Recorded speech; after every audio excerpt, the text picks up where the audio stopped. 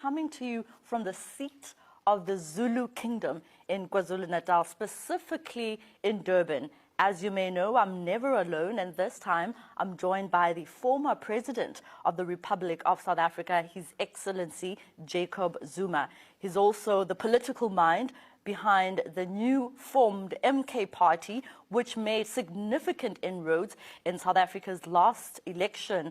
They are now the third biggest political party in South Africa, even taking up that seat as the official opposition party in the country. Baba, thank you so much for joining us on RT. Thank you very much to meet with you as well.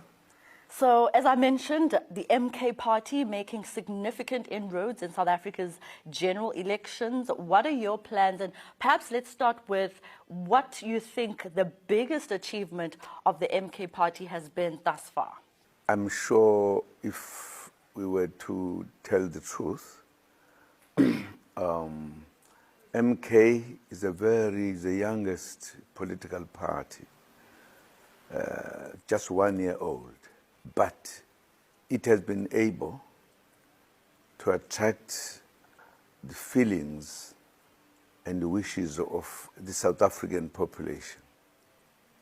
The very fact that we are now a formal opposition, that tells you a very good story about Umkhonto weSizwe. So what are your future plans going forward, especially Very simple, to take over the governing of the country. That is our immediate objective that we want to make as soon as possible. You're a prominent anti-apartheid political figure in South Africa who's been part of the African National Congress, which has recently expelled you from that political party. We know that you've challenged this issue. I just want to get what your views are, because globally, you have been known to be part of the ANC. Well, there's a long story about that. If you ask that question, you are producing, we are making me to produce a very long kind of an answer. Firstly, as we have said, I joined the ANC at my young age. In fact, it was even before qualifying. I lied to the people who had to make me a member of the African National Congress. I was very young, just 17, when I joined. The reason why I did so, because the ANC is an organization that was established to liberate the people of this country. And it was established by the greater leadership of the black people in South Africa, when there was a clear apartheid kind of behavior that emerged from the British and the Afrikaners after the Anglo-Boer War. It became very clear that whites who had come to South Africa were taking over the country in terms of governing it, doing everything. And the black leaders in South Africa, which included, among others, traditional leaders who were in charge of the country that was taken from them, but secondly, the pastors who were preaching here, as well as our learned people who came together to say we cannot be taken out of the participation of running this country as the whites had decided to do. Those who were in the leading part of this were the British, who had to plead with the Afrikaners to allow themselves to take out the black people from any leadership thing in South Africa. And it was a serious matter that led the blacks to say, let us establish one party that will defend our own kind of interests. And that's how the African National Congress was established. And therefore, everyone was a member. later on the year, because life is life, I'm sure there were other political parties that emerged in one form or the other. But the first thing was that we should be out of any activity that determines those who must run the country. It was a deliberate thing done by people who were the people who just arrived, found us here living in peace. And that's why the struggle had to start in a different fashion at that time. Now, if that is the case, the ANC therefore was my organization. And I grew within that party. And I fought, and I joined the army when the army came to fight, which was now more the Afrikaners who were now saying, after they won for the first time the elections, they said they were going to apply what belongs to them in terms of their beliefs. That a black man is a black man, is not a complete human being. Only whites were real human beings. And that led to us leading to an armed struggle to fight.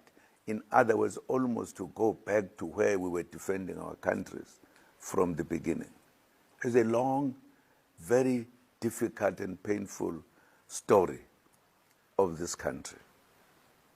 Now, once that was done, then they indeed increased what was called, popularly known, that the life in South Africa between black and white was strengthened to make the blacks feel the pinch, feel that the people who were white were superior, we were inferior in whatever way. And therefore ended up with a situation where there was a thing called apartheid. In other words, dividing the whites and the blacks, that they cannot be the same. And there are a lot of details how oppression increased from what the British would have made a kind of a thing that you were sort of just saying, you are here, you are with us, but you are under us, that kind of stuff. That led us to become freedom fighters and struggle and become soldiers and everything. It's a long, long what to call. The main thing was that South Africa must be free. We must be equal. We must have everything in the same way as the white and the blacks. And it took a long time, I think the longest struggle in the continent of Africa. We became the first to start. We became the last to be, so to speak, free. The idea was to have South African free, fully, equal to everybody. There's a way these things were done. For an example, when there was a decision that we should be free, should be equal, a lot of difficult things were said. For an example, to say that let there be negotiations, which was never done when our country was taken. There was no negotiation. It was taken by force. But given the passage of time, we had to deal with that. When we went for negotiations, and perhaps unfortunately or fortunately, I don't know, I was made to be one of the people who were part of starting that as a result of the decisions taken, and therefore agreed that we are going to negotiate. In other words, we are going to find a way where we could live together. But as we're negotiating, the time had been too much. The wars had been too bitter. And therefore we had to sit and talk. How are we going to negotiate? And I think we agreed that we'll negotiate. And after negotiating, we will make the country come together because we've been fighting, killing one another, arresting one another. Many people had died in jail, in the battles or whatever. A decision was taken, supported by the world, that we need to bring peace and put South Africa back to where it is supposed to be. As a result of that, we decided the first term would be very difficult to deal with, because the anger and the problem among us was too deep. So it would make the first term to be run in terms of government in the country by all of us, black and white. Parties that will win a particular number will then be the ones who will be part of a government that will be put together. We called it government of national unity. In other words, we're trying to unite these people who have been fighting for years. In other words, even the manner in which the agreements will be soft, to allow us to come together, to allow to accept that we can live together. After that first occasion, we'll then allow the party thereafter, after the first term, in the second term. The ANC. The party, whichever at the time, we did not know because we hadn't won. Whoever will win will be the one who will then determine how this country is run. And the party that emerged was the ANC. ANC, in other words, had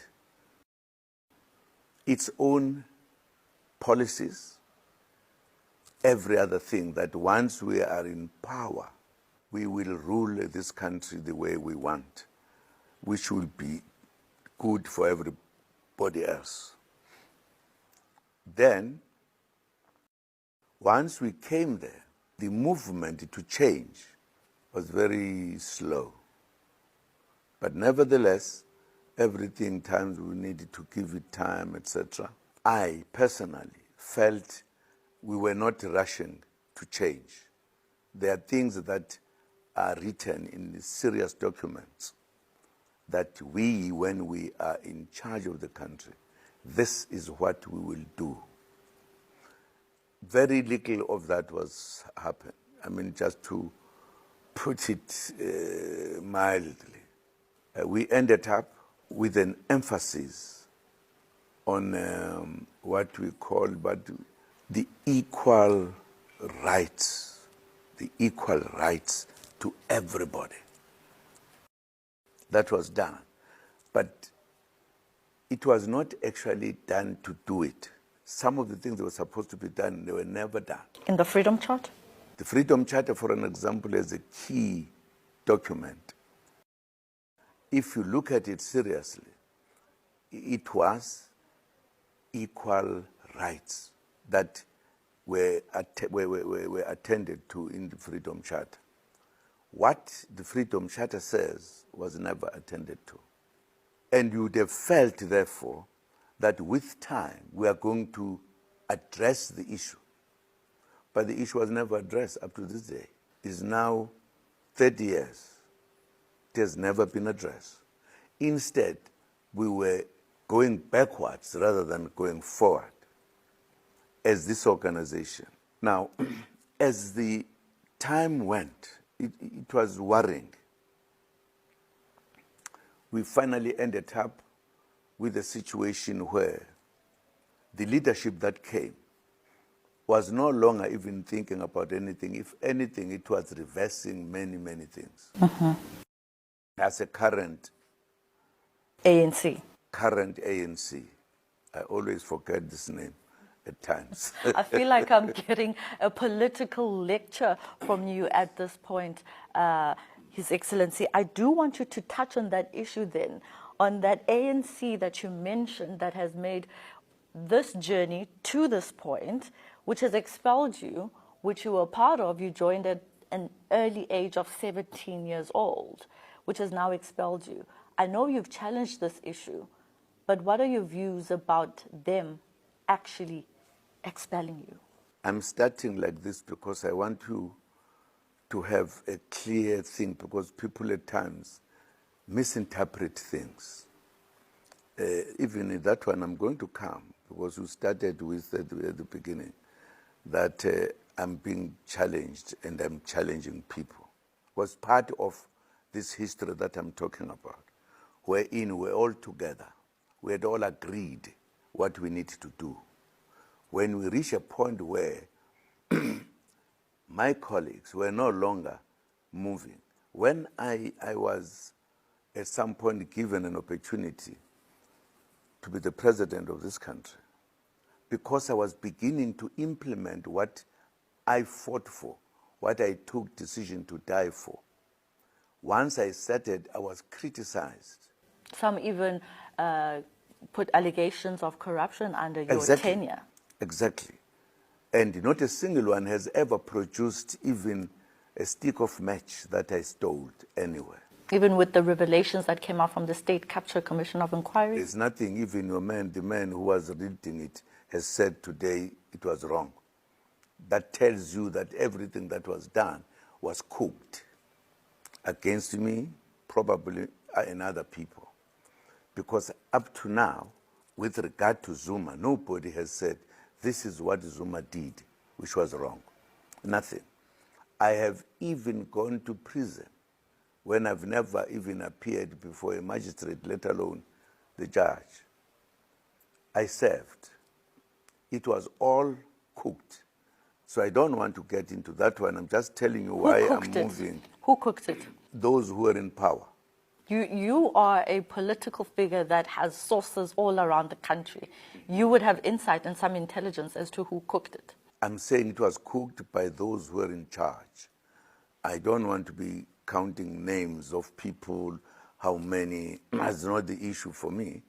They know themselves. And those who are helping them, writing news and everybody, they also know. Let me get this right before we move on to the next point, His Excellency. Are you saying the ANC that you joined before, during the apartheid era and coming into the democratic dispensation, is different from the ANC that you see today? I was going to come to that, but since you want it now, yes, ANC that I joined is not the ANC that I left. It was a different kind of an ANC. I can say painful things about it. I don't think that is the way to deal with the matter. But to answer your question briefly, yes, the ANC that I joined, that I was prepared to die, that I went in prison for 10 years for, I went into exile for 14 and a half years. It's not the ANC that I left a few years ago. It is a fact. I was trying to make the picture become very clear. That when I joined the ANC, I was clear that I'm prepared to die to liberate my country. And once my country is liberated, how this country will be, how it will be governed, is as clear as anything. I don't want to tell you many other things. Being the former president, I was in a conference where I pulled my hand to make a contribution. And deliberately, I was avoided until I could not put across what I thought. That was not the ANC. In the ANC, every member had the right to speak his mind or her mind. That's no longer the ANC I can talk about. So I don't want to dwell in those, because it will make me discuss too many other things that are not that important. Okay. Because what I'm trying to say is that the reason why I took a decision is because the ANC was no longer the ANC I knew. So what is the difference? I could no longer put an opinion, even if when I put my opinion, it was put aside. And therefore, that is not the ANC. That was not the believing of the ANC that you can be deprived of your views. as it is.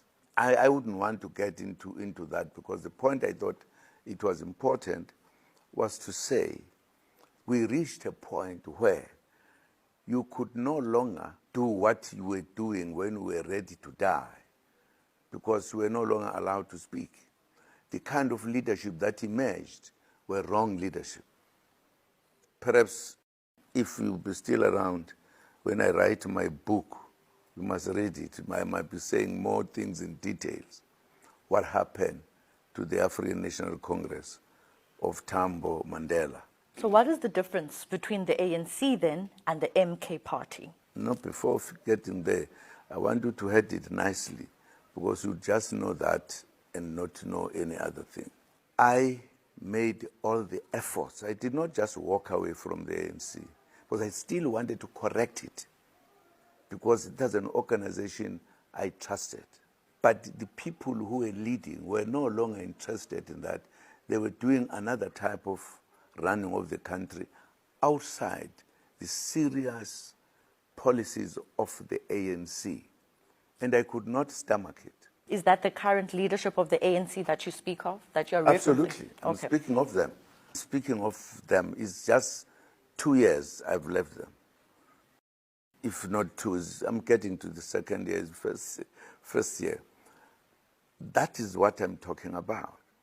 They moved off the policies, the things that the ANC was established to do. And they were no longer listening if we wanted to say, can you put this thing right? I then took a decision to continue fighting for a complete free South Africa, because the ANC was no longer the ANC. We now call it Gogo. You know what it means. Grandmother. Grandmother, exactly. Yeah. Because, in other words, implementing the policies of the ANC was no longer the issue.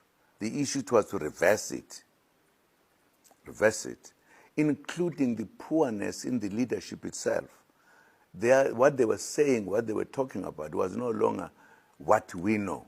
It's interesting that you mention the policies of the ANC, which is now in a government of national unity with a Democratic Alliance that has different policies from the ANC. What do you make of this government of national unity? Is it reminiscent of that negotiation period which you alluded to, which you mentioned as a soft agreement, so to speak? I wish I was just talking, not you asking many questions, because I'm coming to all of those questions. But there are good things we may not understand. Because if you talk about government of national unity of today, we are talking about many things that happened even before the ANC chose to take the enemy to be the comrade. Because if we jump, and I don't think we are going to get what I would want to, why I took a decision. The decision I took is not a small decision, it's a serious decision. I wouldn't have taken it. I respected the ANC. The very fact that I've said I remain a member of the ANC is a story of its own. Why would I do so?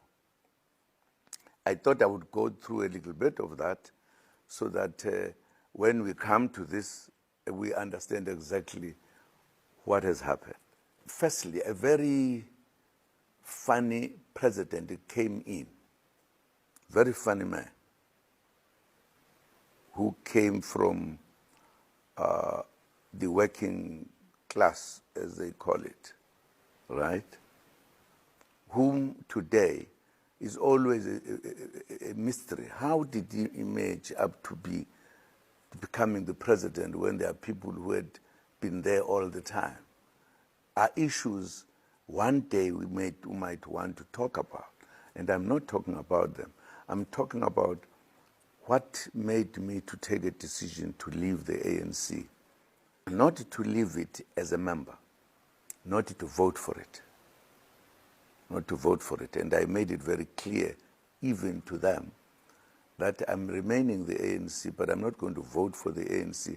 I'm going to vote for the new party, Umkhonto weSizwe Party, because they have deviated from the policies of the ANC in many respects, which, as I said, when I have time to write, I'll write to explain this for the sake of our history, because they moved away.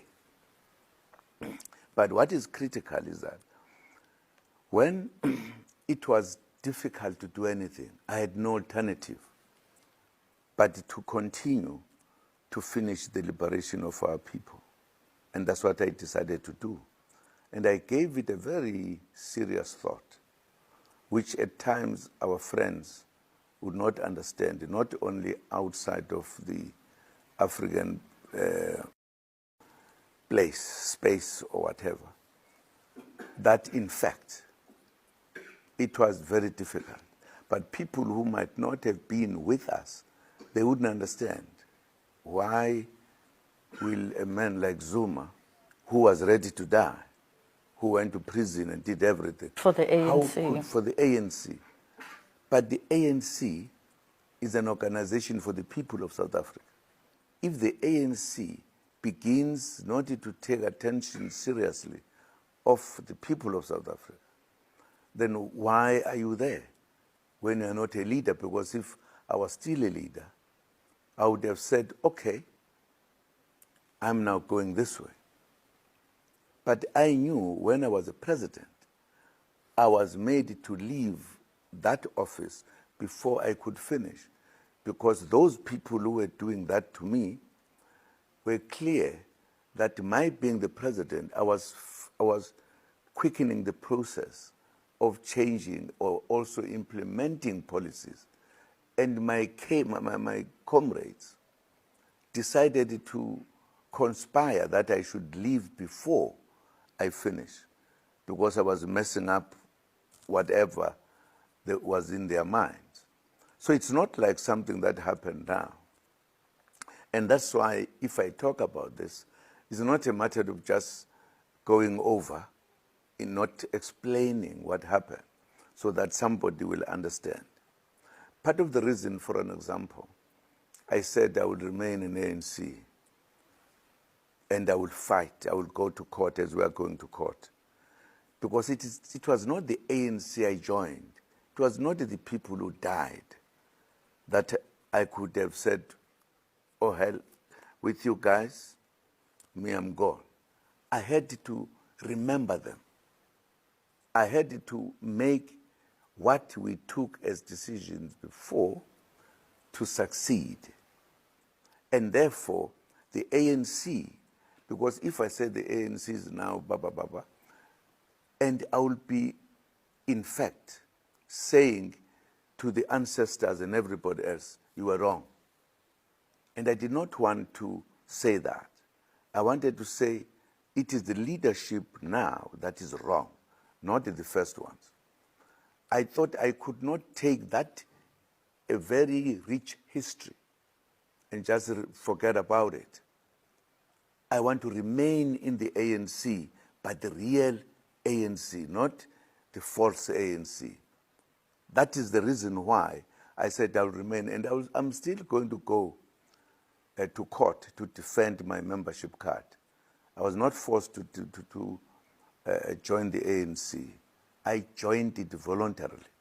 And I'm proud of the ANC of the old, not the Gogos. The Gogos, And I'm defending the ANC from the Gogos. And that's what I'm doing. I just wanted to put it in brief so that you understand it. It is therefore, it was not just a question of, I think I don't like the ANC. No, I love it. It's the best organization that I've joined in my life. I spend a lot of time, but I cannot allow it to be abused by people who are deviating from the policies. That's the reason why when I decided to have an organization, because I couldn't just go and sit down, I thought I should think very carefully even the name of the organization, Mkhonto Wesizwe, it has its own history, which will appear in my book the day you read it, why it was important for the name and why it resonates so well with the South African people, because it tells the truth we know about the ANC and about those who died for the ANC. So, in a sense, people don't seem to understand how. I've been asked by my former colleagues in the continent who don't understand, because I did not shout this or say, now I'm doing this without knowing what I'm doing. How could you leave the ANC? And I've said, no, I left the rotten ANC. Very, very, very, very funny. But the ANC I joined, that made us to liberate South Africa, I'm part of it. And therefore, I have a responsibility to correct the ANC, take it back where it is supposed to be, away from people who are not interested about where we need to arrive. That is the thing. I just thought I should explain these little ones at this point so that you don't worry to say why this happened. I tried my best. I can tell you more other details where I even sent a memorandum which was given by a branch in this province, asked me to do so because they were not listening. And I sent it, they acknowledged it, but just ignored it. So the reason why I established this party, and this party cannot go wrong, Mkhonto Wesizwe, it's a well thought out party for a number of reasons that demonstrate how we, who were part of the ANC, understand the politics of this country and the ruling, the manner in which this country is ruled. It is absolutely critical. The ANC is no longer talking about what we used to talk about in the real ANC, about the people of South Africa. There is more starvation, more problems that you have, more poor people. There is no attempt to change the people, particularly the black people, so that they are part of a country that is rich, that is supposed to have everything, but they are deprived of that. So let me ask you this then, before we move into global issues, His Excellency, what do you make then of the ANC working with parties like the Democratic Alliance, the IFP, and all these other smaller political parties in the GNU? You know, if you just look at the GNU, it tells you the whole history, that we are dealing with the ANC leadership that could no longer differentiate between the oppressor and the oppressed, because it is a fact. Precisely because of Mkhonto Wesizwe, which had more votes than anybody else, and that is still in court to deal with it. You had a situation where members, revolutionaries, believers on the liberation of a black person, and we could look into what is happening here in this country. The economy, you can count them by fingers, few fingers, black people who are big business people. It is all white. In 30 years, you can count them a few. We still suffer in many ways. And we go from elections to elections. There's almost a pretense that everything is well. Even when we say we are going for elections, we are no longer talking about the actual things that affects black people. And when there is almost like numbers are almost like together, and you want to change who will help one party to increase her numbers, and those revolutionaries go to reactionaries to say, let us be together and have the government of national unity. What are you uniting? What are you governing? With the DA. With the DA. DA has been the opposition all the time. The ANC move to join them, leave everybody else who's suffering. That tells you how much they are no longer caring of the poor white, poor black, who still need to be freed. It tells you the story. What is worse, the DA actually says it in public. This is not like a government of national unity. It's a government of between the two, ANC and them. Simple. That was just done to wipe off people from thinking this is serious. That actually worsens the situation.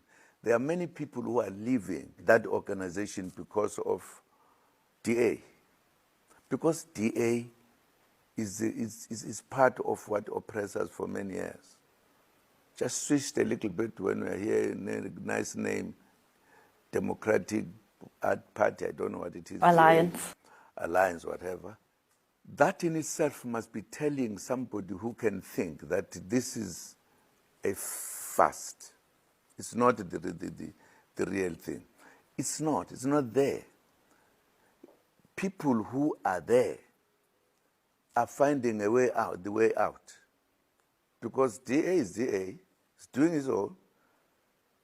Mlungper, it's a white fellow. In fact, it is, in my view, a disappointing thing. Because you take those people, they know nothing about how you work for democracy or whatever. And they represent us all over the world. We who disagree with them a great deal, we now disagree with ANC. Totally disagree. Decision that they took, it's not a decision which represents us as the majority. It represents them, a black minority working with the whites. It's not us. That is why it is our wish that our friends out there who knew the ANC and knew us, who are now in the Umkhonto weSizwe, must be looking very carefully and be sure that they get the information. Because the fact that people say we are free, I don't know how much we are free in South Africa. I can tell you the long story about this country, that there's nothing that has changed. If yes, very little. The people who were being put in the rural areas, starving, our freedom just allowed them to come to town. To be even worse, they live in things that you can't want to live there. It was even better because the quantity of that was not there before freedom. Yes, there were small little dokies where people were sitting, blah, blah, blah, but they were smaller. After freedom, there is more in town. The visible of starving is more than when we're free, in terms of the numbers in the cities, etc. So people can decide to mislead people or whatever, but the reality is that we are in trouble. And we, some of us, cannot wait for that. We want freedom that is full freedom to black and white, to everybody in South Africa. We eagerly wait for that book, Mr. Zuma. So let's move to Who global politics. Just fearing them. All right. So some statistics reveal that in the past 15 years, the related terror attacks in the Sahel region have spiked.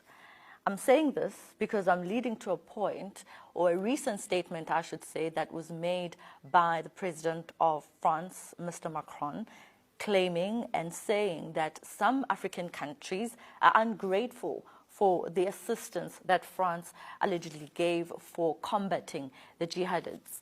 What do you make of that statement, particularly as someone who was very prominent in the liberation movement as an anti-apartheid political figure? I think ever since France came to colonize Africa, it has never made it better. If I talk about France, where this statement comes from. When France was decolonizing, they decided to leave the army, a powerful army, in any place that they were, in order to suppress them if they did anything. That was not a thing for us to say thank you, because they did not do what they were supposed to do. They decided that the resources, money, will be determined in France on behalf of the Africans who were freed here. I don't know what France thinks about it. We should have said thank you very much to take our money and use it there and have the soldiers. This is what has led to the recent coups. So it's a wrong statement. I don't agree with it because it has not helped us.